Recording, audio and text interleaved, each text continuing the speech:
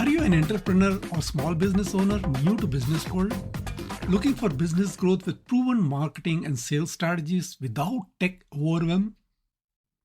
Hi, I'm Ramesh Dewangan, the founder and CEO of Quantum Vision Consulting. Having successfully transitioned into entrepreneurship after a long corporate career, I struggled to become an entrepreneur, especially in marketing and sales. I now specialize in transforming businesses through business strategy and tech systems, enabling you to focus on growth and success so you don't have to go through the same struggle as I did. Hi, Ramesh back again here. Today we are diving into a topic that frustrates many small business owners: SEO, the search engine optimization. If you have ever felt like invisible online, this episode is just for you. I will share how I struggled with SEO in the early days and the small steps I took to improve my online visibility. Let's get started. When I launched my website, I assumed the hard part was over. But weeks went by and no one was finding me. My analytics showed barely any traffic. I remember the day vividly. It was quiet Thursday afternoon, and I had just published what I thought was the most powerful blog post ever. It was packed with insights, tips, and compelling call to action. I hit publish button, leaned back, and waited for the magic to happen. Don't we all wait? But nothing did. No pings, no new subscribers, no curious direct messages. I refreshed my analytics, zero spikes.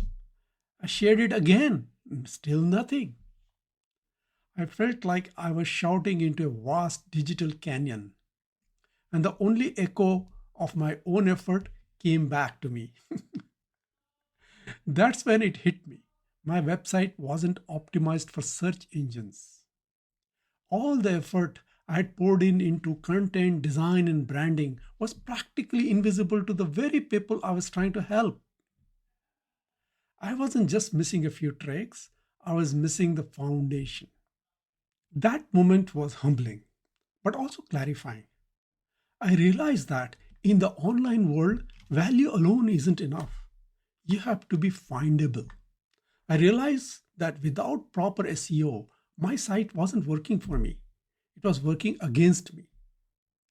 That's when I started diving into SEO, restructuring my site, fixing metadata, crafting better headlines, and learning how to guide Google instead of guessing. The first breakthrough came when I focused on optimizing my Google business profile. I started showing up in local searches, which brought in many of the clicks and also my first few clients. Not long ago, I did a little test. I searched for my business on Google, not by name, but by the kind of help I offer. Not much. I was practically invisible to people who needed exactly what I do. That's when I turned my attention to my Google business profile. It wasn't bad, but it wasn't working for me. So I made two small but mighty changes. First, I added keywords my clients actually use when they search. Phrases like automated CRM setup, business marketing tech help, and sales funnel experts for consultants. Second thing I did was I asked a few happy clients to leave honest reviews, just a few sentences each, but written in their own voice. And that's when it shifted. I started getting more profile views, more clicks on my website, and even direct messages from people who said, "I found you on Google." It felt like I finally put up a proper digital signpost. The beauty? No ads, no fancy SEO wizardry, not major tasks, just small intentional tweaks. So if you have been wondering why people aren't finding you, start here. Sometimes visibility begins with the basics. SEO isn't just about technical tweaks, it's about understanding what your audience is searching for and meeting them there. SEO takes time, but consistency pays off. I set up a system to regularly update my website with fresh content, monitor analytics, and adjust my strategies based on what worked.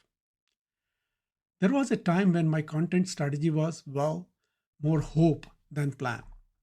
I would post when I felt inspired, skip days or weeks, then scramble when a campaign was around the corner.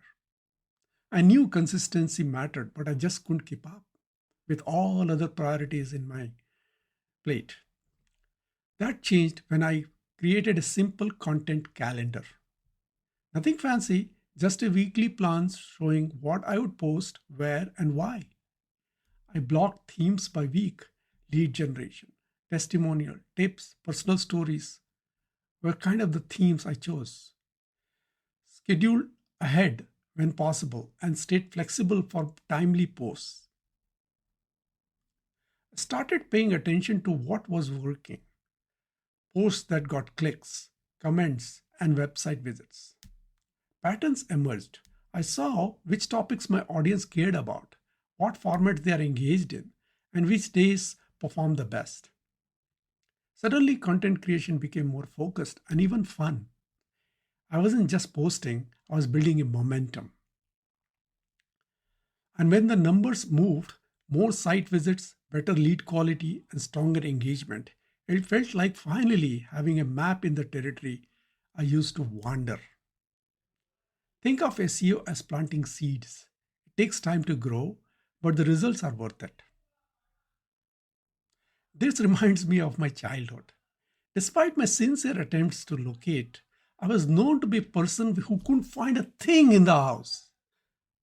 My parents used to laugh about it, but my mom guided me over the years, always emphasizing preparation and keeping a record of where things are.